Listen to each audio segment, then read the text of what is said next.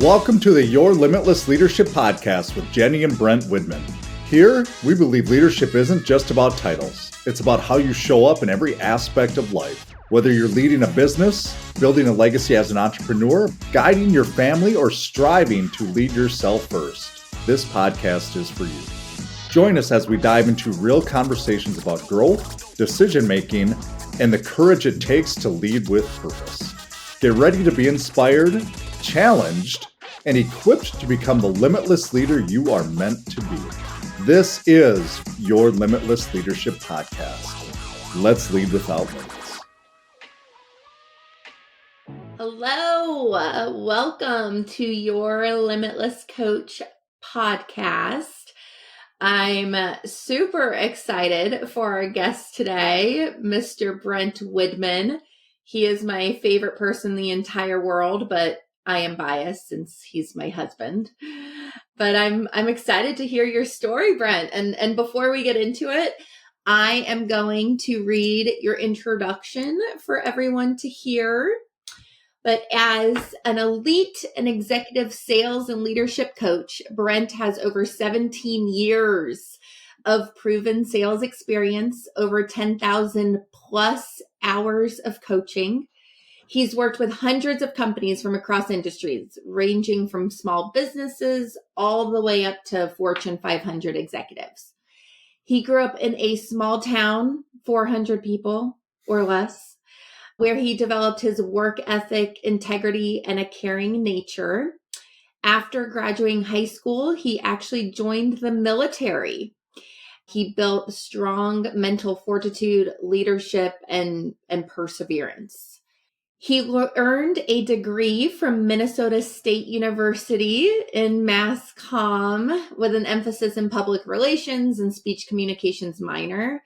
He then went on to earn his MBA from Augsburg University. Daily, Brent applies all of the skills he spent decades honing to his professional career, where he's found passion as a sales director, district manager, and division director. He shared his passion and story with countless executives as he's helped them achieve their own goals and find the levels of success they have spent their careers pursuing. He resides in Minnesota, Plymouth, with his beautiful wife, Jenny, and 3 children, Jack, Elle, and Hud. He loves spending time with his family, whether it's traveling, playing sports, helping with schoolwork, math to be exact, or just enjoying each other's company. As a coach, he has a relentless commitment to empower his clients to embrace the difficult, improve their processes, and blaze their own path. Learning early on to commit to the difficult, his principles have guided him through his career. Love it. Good job. Good job. That was perfect. I like it.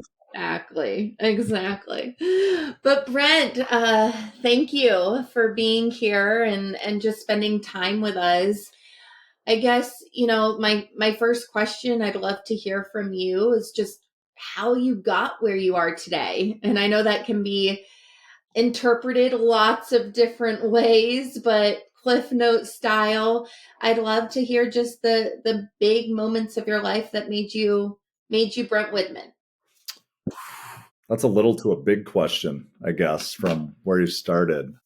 I'll go way back and then I'll fast forward. But goodness, where do I even start here? I'll go to just growing up, going back to the town of 400 people. My first job, I was 8 years old. And I think this is where I really realized that the harder you work, that it's not as hard as you make it. I was 8 years old, delivering papers at 5:45 every morning. And maybe that started the discipline that I feel like I've developed over time, is where that came from, the first and foremost, because I had to do it 6 days a week. It wasn't something that you just couldn't do. People were depending on you. So I suppose there's the accountability aspect around it. Now, you don't think about that when you're 8, 9, 10 years old, but I did it until I was 18. And the only reason I stopped, realistically, the only reason I stopped is because I felt kind of embarrassed to be delivering papers at 18 years old. It was kind of weird. So I stopped before I was a senior. Um, That's funny. yeah, that's really the only reason. It felt awkward at times being up delivering papers. And then from there, just growing up, I hovered through life a lot in my early years, graduating high school. All I ever saw my parents do, which is good, they went to work at 8, came home at noon to eat lunch, and went back to work at 1 till 5. Like that was their schedule every day. Mom made dinner, dad sat and watched TV, and just kind of that's what the Widmans did every single night, unless they were hanging out with friends or what have you. And I thought that's what life was. So when I graduated high school, I didn't really do much. I went to a small community college in Worthington. GPA was 1.1, never really went to class because I had the freedom, wouldn't get up till noon, was staying up, drinking a lot, young, what have you. And I was making about $200 a week. And that's when I decided to go to the military. I went to the Guards. And that was just a random conversation I had with a friend once. And he basically said, "Have you ever thought about being in the Guards?" And I said, "Sure," trying to get him to stop talking about it for the most part. But I had a recruiter knocking on my doorstep 2 days later that sat down and talked to me about what it means to go to the military. And my dad had been in the military, my grandpa. Since after I went, my brother went into the military to pay his. So they've all been in the Army, put it that way. That's what I did. And I didn't know that till I went. So that wasn't like a thing or why I did it. There was no rhyme or reason around it. I just really wanted to get back in shape after high school. And I thought that's how to get back in shape. That would hold me to it. But that also taught me that you can do things when you're tired. You can do things when it's hard. You can do things, you can go on 20-mile ruck walks in your boots, and you can run a 2-mile in 12 minutes, and you can get up at 3:30 in the morning because they tell you to, and you can be sitting there falling asleep and they tell you to get out of your bed. It creates this mentality of you've done it before, you can do it again. And maybe I'll get into that later, but I feel like that's where a lot of people fall short, is they don't know that hasn't been programmed in them. And that's really been just programmed in me, that it's not that hard. You just do it. And I know that at part of times people try to understand how I'm wired that way. And I think that's where it really started, is in the military, or even delivering papers is why I tell those two stories, because those were the biggest ones that impacted me. And then going to college, when I got back, my dad basically said, "You need to get your act together." So if we want straight transparency here, I went to cop school for a year and a half, and I got DUI before I graduated. And you have to sign a waiver before, well, not a waiver, but an agreement, if you will, that if anything like that happens, you're done. You can't be a cop. Yeah, I would have had to wait 2 or 3 years. So that happened. So I had to, I'm 22 at the time, 21, trying to figure out, what do I do with my life now? And that's where I moved to Mankato. And again, for that first year, I just hovered because I didn't know what I wanted. And it wasn't until I was probably 22 years old that I found writing. And that's where mass communications came into play. Like, I don't mind quick math, but like calculus and trigonometry and all that just doesn't. Spreadsheets aren't my thing. Let's call it what it is. Okay. Yeah. But writing, I absolutely loved. I don't know. I really enjoy it. And that's where mass comm, and then even speech. I realize speaking in front of people, if you're prepared, it's pretty simple if you know what you're talking about. There's really not, I know that's different for other people. And I didn't know then that now that's what that would evolve into over time. I just wanted to do it because I needed a minor, and that was the quickest minor I could do, was speech. So that's why I did it, is all it was. And then I moved up to Plymouth, Minnesota after college, and I started my sales career at Lifetime Fitness. Now, in college, I bartended, and that's another place I realized that if I work harder and serve faster, I will make more money. So it's like the rat getting the cheese, right? Like, it created that neural thing in me. And when I went to Lifetime Fitness, same thing. I realized that if I made more phone calls, I'm going to make more money, because it's just simply a numbers game. It's not an emotional thing. You just call people, and yeah, there's times that it gets you off track, but that really taught me that. So of course, here's where it gets dicey again. Brent Widman was good at sales because he worked hard. So of course he thought he should be in charge because that was the ego. So I started chasing the title. And I went to the YMCA in Elk River, Minnesota, because the guy that hired me was a past lifetime guy and hired me as a sales director. And I was not a good leader at all. Like I shouldn't have been leading. And I had 2 people on my team, but I was running a lot of I was kind of second in command, if you will, because they'd never had a sales force. They just had customer service. And I remember Lee, who was my executive director at the time over all the Ys, sat me down and said, Brent, sometimes the best leaders or the best salespeople don't always make the best leaders. And I quit 2 weeks later. And I remember him calling me like, do you have anything lined up? I'm like, no, I didn't tell him. He made me, because it wasn't him looking back on it. It was an ego thing. And then I went to Sprint as a district manager because it sounded cool to run 7 stores, but it was retail. So it was taking me away from the family and what have you. I had a son, or do have a son. At the time, he was young. And then I enjoyed that, but I knew there wasn't a long-term path there, put it that way. And again, straight transparency, the ego got the best of me. I didn't believe what the owner was telling us about numbers. So I called Sprint Corporate, the person that worked there, and asked, and he found out and he fired me. Really is what it came down to. Yeah. Yep. Because I thought there was something off. It just felt like it was off. And then I went to Robert Half International because I always wanted to, I interviewed, here's another story. I interviewed about 75 people. I went through LinkedIn and found jobs that I wanted to do or thought about would be cool. Mm-hmm. And I reached out and called these people. I just called them. I called speakers. I called recruiters. I called. Before Robert Half? Yeah. I called software people. I called all these people and just talked to them. And recruiting sounded really cool to me and then I called a recruiter there. His name's Brian. And once you call them, they not only recruit for businesses, but they recruit for internal as well because they have a lot of turnover. He had me, really is what it was. And that's how I ended up at Robert Half. But when I was at Robert Half, I saw a job description for public speaking, training, coaching, development, which landed me at a company called Southwestern. And I was there for about 12 years as well. And that's kind of where that's just where I landed. And I put my all into it because I knew I had to commit to something, because every time there was a pattern there. Everything was about 1.5 years, 2 years. Every time it got hard, I got out. I felt like somebody was going to see that.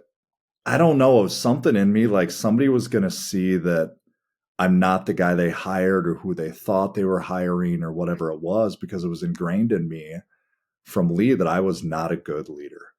And I held on to that. And that ate at me. And I didn't know how to become a good leader until I came to Southwestern and my leader hired me. And she impacted me on the aspect of changing my mentality. How so? She broke me down and built me back up. She let me know it's okay. She let me know that just because one person told you something doesn't mean that changes everything that you are. I thought leadership was a given. Like some people were just wired to be really good at what they do and how they do it. And like, I remember going to one of our first awards ceremonies and I saw this lady that had been there for a while getting all this cash and all this money and winning trips and all this stuff. And in my mind, I'm sitting way back in the back because that's where they put the newbies. And I was thinking, that'll never be me. That's not me. I'm not good enough to do that.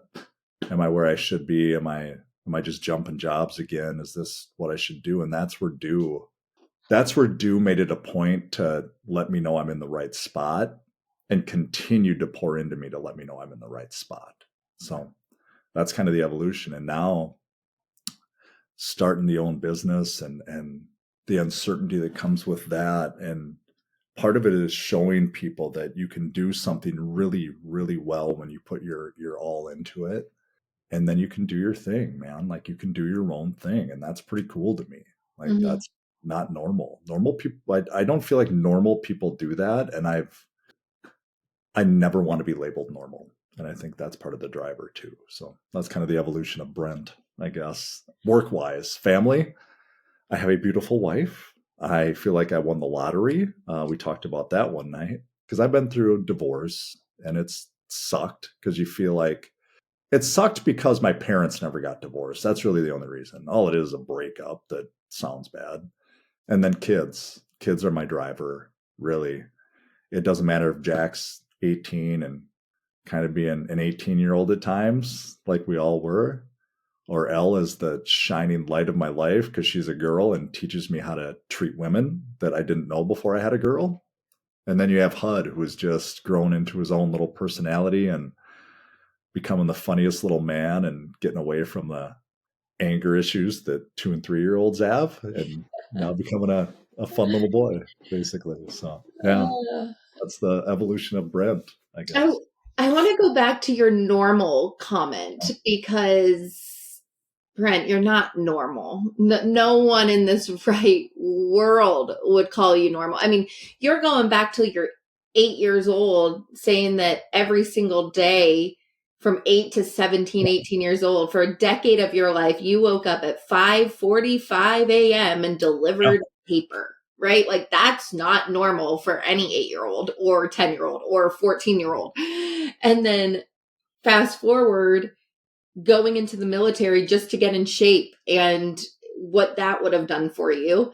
Then fast forward, calling 75 people up randomly off LinkedIn just to ask them about their job and being curious. Like, I'm just interested, I see that's how it sets you apart, but I'm interested into why, like, what about that? You kind of got excited there when you said, I never want to be labeled as normal. Like, where does that come from? I don't know. I don't know how to answer that question. If you would ask me 5, 6, 7 years ago, it's because I was broke for a while, but I wasn't broke till I was 30, 31, and I haven't been broke, I guess, for a long time. I don't know where it comes from.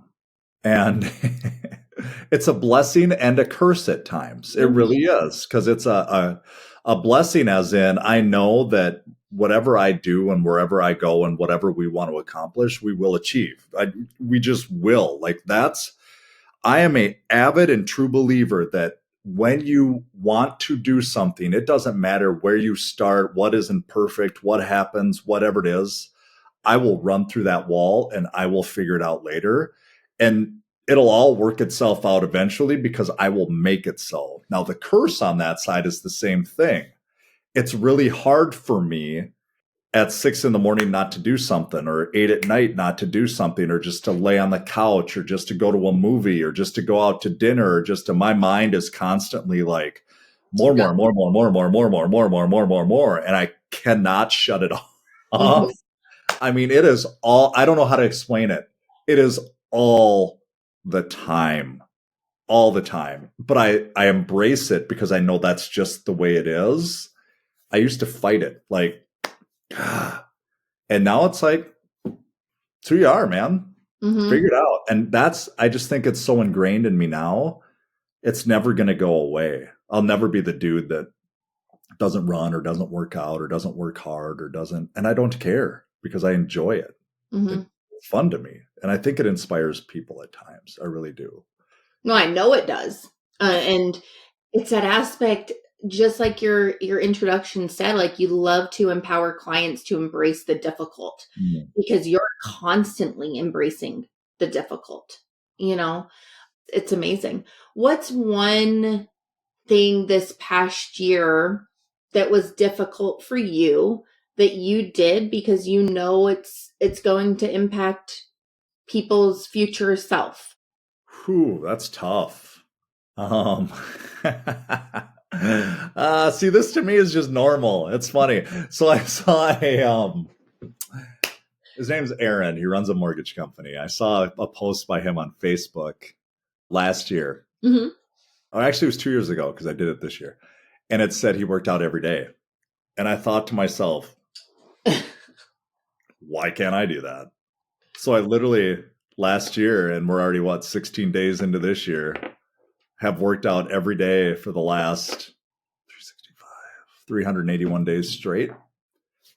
Just because I feel like when people tell me I don't have time or I can't do it or I have kids or my work or whatever, I have all of those things as well. And if I can do it, why can't you? There was times I had to get up at 1:30 or 2:30 in the morning because I had a flight, or we went to Portugal, or I was in Jersey that I had to fly back, or whatever it was. There was times the other day when I told a coaching client, Ryan, the other day, I ran outside when it was 9 or 10 below. He's like, you are a moron. But it inspires him to go out and go, why can't I? Like, why can't you? You just put clothes on and you go out and do it. Time's going to tick whether we'd like it or not. That's a controllable we can't do. And I know that when I run or work or what have you, I know when I start at 7:59 in the morning for work and end at 5, I know that day is going to go I might as well pack as much stuff into that day as humanly possible. And I think that inspires other people. That I wish people could sit beside us and see, and I picture that at times.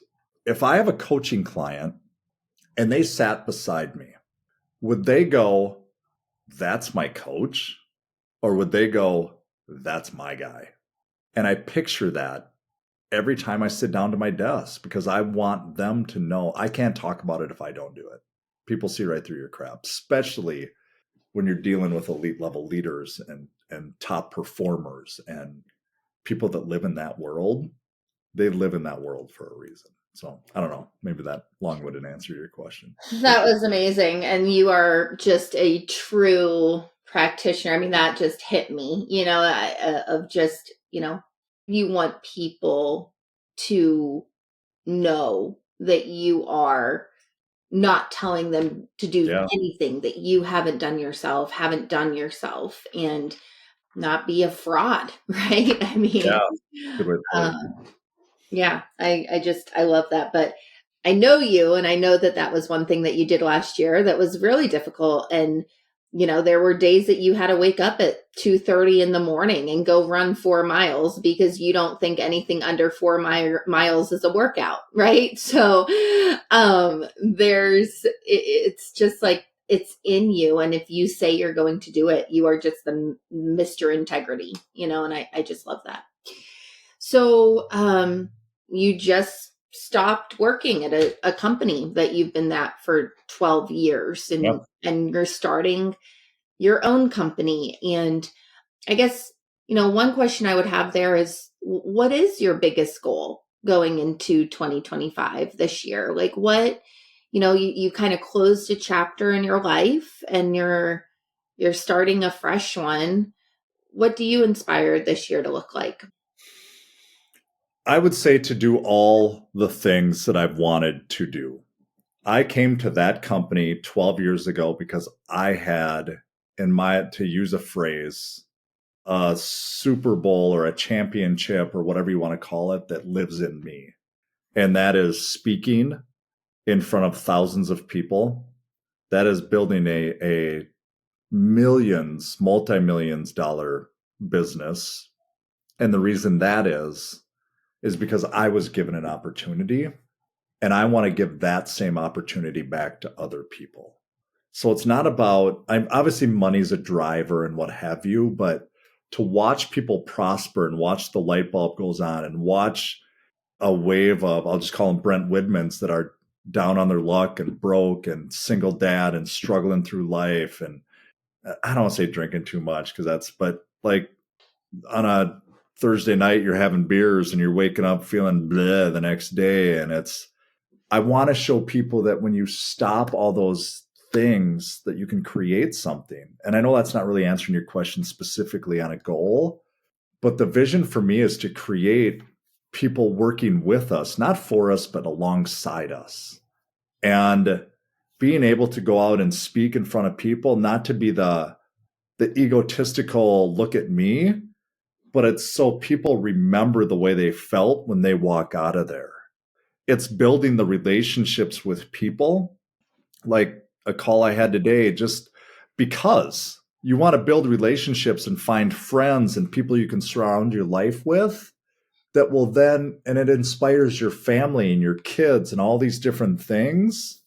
So I know we're supposed to have specific goals and all this, but my goal this year is to literally go out and build this thing and talk to as many people, make as many phone calls, send as many emails, have as many lunches and coffees, and get in front of as many people as humanly possible to build it for the years to come.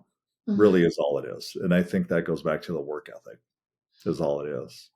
Well, I love how you say, like, my job is just to make friends and to go meet friends. And in doing so, it's people want to help others, people want to be part of it. And it's inspiring for sure. I think we sell people short at times, how much they really want to help other people. Like if somebody asks me for help, I'm helping them. So why would I think somebody else wouldn't do that for me? Yeah. But that's our mental block at times, I think, is what it is. So I have a question about ego, because you've said it multiple times on this conversation, because the old Brent was chasing the ego of the title, it sounded like. And then just then you were saying, like, it's not the egotistical reason of owning business and money and all the type of things. What changed? The old Brent sought after ego. Now you're extremely humble. What happened? Two things. I think when I was in high school, this is a hard story to tell. It's a quick one, but obviously popular in high school. It's small high school, right? How can you be popular? It's called 20 people. Yeah. I mean, but quarterback and basketball and all that kind of happy stuff. And I thought I was pretty cool. And I think I lost friends because of it. I remember one night I went over to one of a friend's house and I could see him in the house. There's 3 of them in there. And I knocked on the door and they didn't let me in. And I'll never forget that, like, ever. And that's one of those things that made me go, I might need to change something here. I might need to do something different.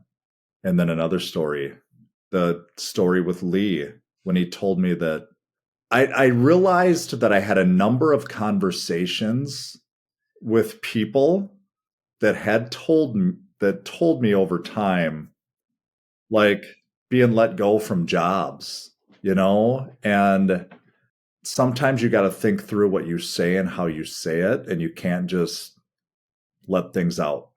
And I was the king of, well, this is what I think. This is what's on my mind. I didn't listen to people. I told them what I thought.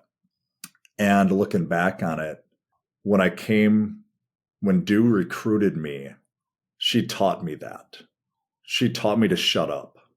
And not in a bad way, in a really good way. And the reason you're not very good at what you do, you think you're good at what you do, is because you don't listen to people. You just tell them what you think and the way it is. And that's why I make it such a point now, and maybe for too much. I don't know if it's like, I used to wonder in the past if it costs me sales because I'm not a hard closer, whatever you want to call it. But at the same time, maybe it's made me a lot too because of who I am. I'll never know. But I would rather be a humble, caring, gracious, get the hell out of my way leader instead of do this because I told you to do it or look at me type of person, because I just don't care. I feel like when your actions, I don't need to tell people what I do. My actions and what I do will speak for themselves. And I didn't used to think that way. I've changed that. I used to think I had to tell people how good I was to get attention. And I've realized that you don't have to. You just don't at all. Yeah. I'd love to hear, because that's a question we get a lot, just how do you develop yourself? Like, what are the things? What are the actions that you just spoke of that keep helping you improve as a professional, as a husband, as a dad? What do you take, I'll go in different aspects of my life. Working out, I believe your body is the same. It goes into your mind. If you can persevere through things, if I can do one more rep, I can do one more phone call. If I can run one more mile or take one more step when it's cold, talking to somebody you're nervous to talk to doesn't matter because they don't care. So I think those kind of go hand in hand. So working out for me is where it really started, is to put your all into that, because you have a duration of time for, let's call it 30 minutes to an hour. Mm-hmm. That's it. You can do anything for an hour, anything, if you just put your mind to it. And then you look at developing your mind, reading. I listen to and read, on the low side, 15 to 20 books a year. On the high side, you may not know this, 35 to 40. Like every time I drive somewhere, every time I go somewhere, whether it's like last night going to Chipotle because you ordered it from the wrong spot, I thought, I now have 35 minutes to listen to a book. Mm-hmm. That's going to help me. Coaching, I have a coach. And then there's other aspects too, like I talked about divorce. I've been divorced twice. And I know I can say, well, it's them and they did this, but there's a common denominator in that. What did I do wrong? And if I took the same thing into our marriage that I did with them, we're not going to last very long either, because I was a jerk at times. And I look at our marriage and where we're at and how great we are. I don't want to say it's because don't take this wrong. I feel like it's because there's things that I have changed in my life that has helped us. Obviously, same for you. I know that. You know what I mean, hopefully. Yeah.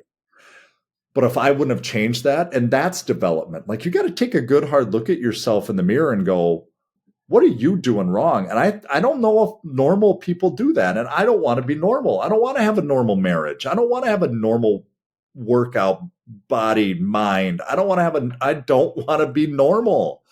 And if I don't have to be, there are different aspects of my life that I can change that, because I choose to change that. Nobody does that for me. I get to decide. And until people decide it, that's when things start to happen. So I don't know if that answers your question. It does. I love your personality when it comes to it, because it's like, that's who you speak to, those people that are feeling the same way, and just need that extra pump, extra push. And those people, like the do's that I'm hearing you say, did it for you. I mean, I would love to know, like, who's been people that have just truly impacted you along the way. I know you've talked about Do multiple times, and anybody else that you can think of in terms of just who's made you Brent Widman or helped. A lot of people. This is going to be, gosh, I don't even know where to start on this. I'll just start with you, because you're right in front of me. You, because you've made me a more loving, caring person.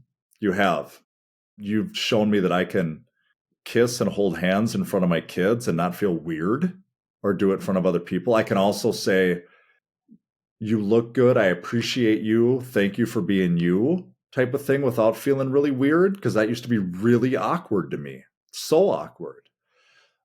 Do, because Do would tell me what to do and I would do it. And she taught me, you can do and be anything that you want to be, which people say that, but she kept on it and showed me. And then the things started happening. So it reinforces it. Rory Vaden, that I held to a high standard. And I remember him walking like he was the guy.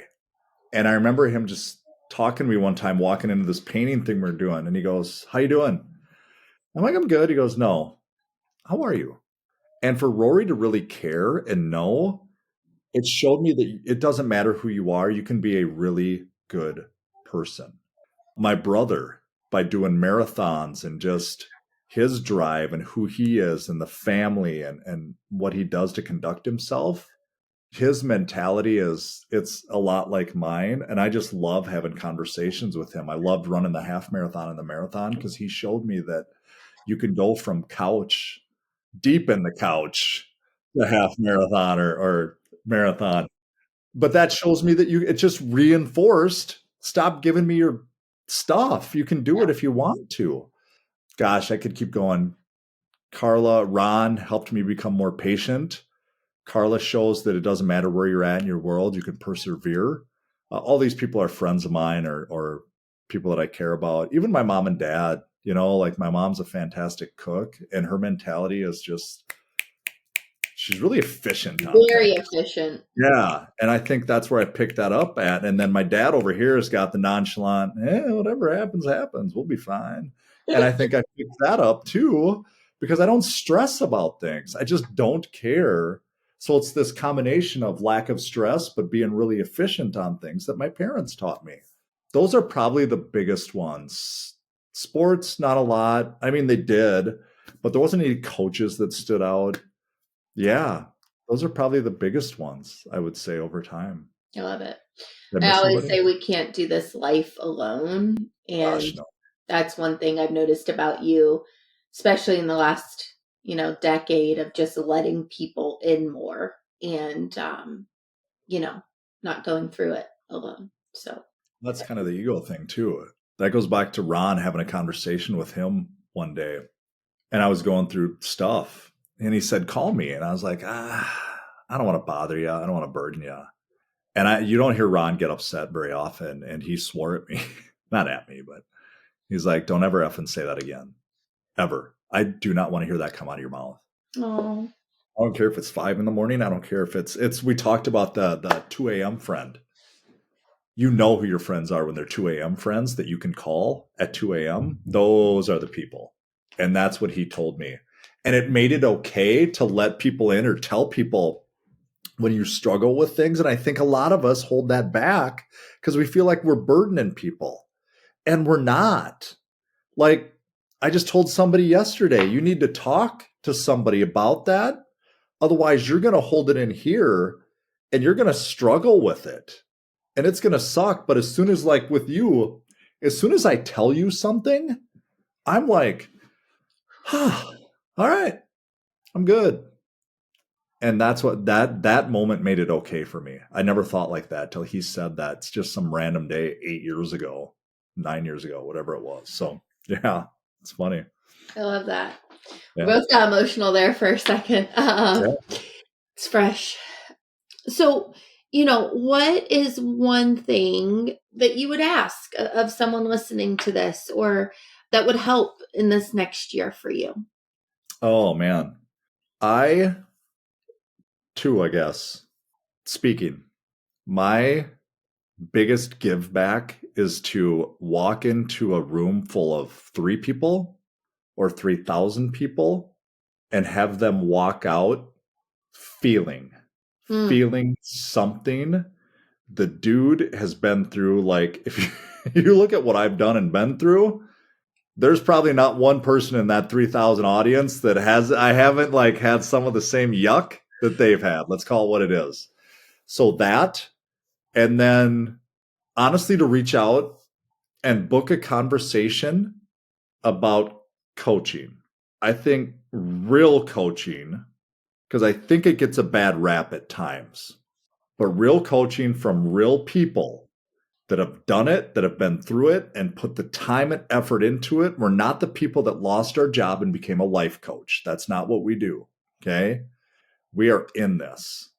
And if you want to change the direction of your business and your life, book a call.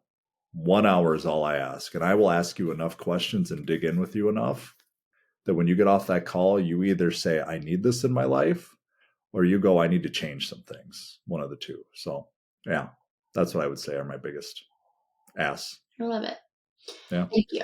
Thank you for sharing. Any last words? Anything that you'd like to speak into? No, I just really, okay, no, but yes, that's a Minnesota thing, I think. I just really enjoy this. I really do. I wish I could take all the things that I know now and transfer them to people that are struggling with it or going through it, know that they're going through it, but either don't change it, don't know how to change it, or don't know how to ask for help to change it.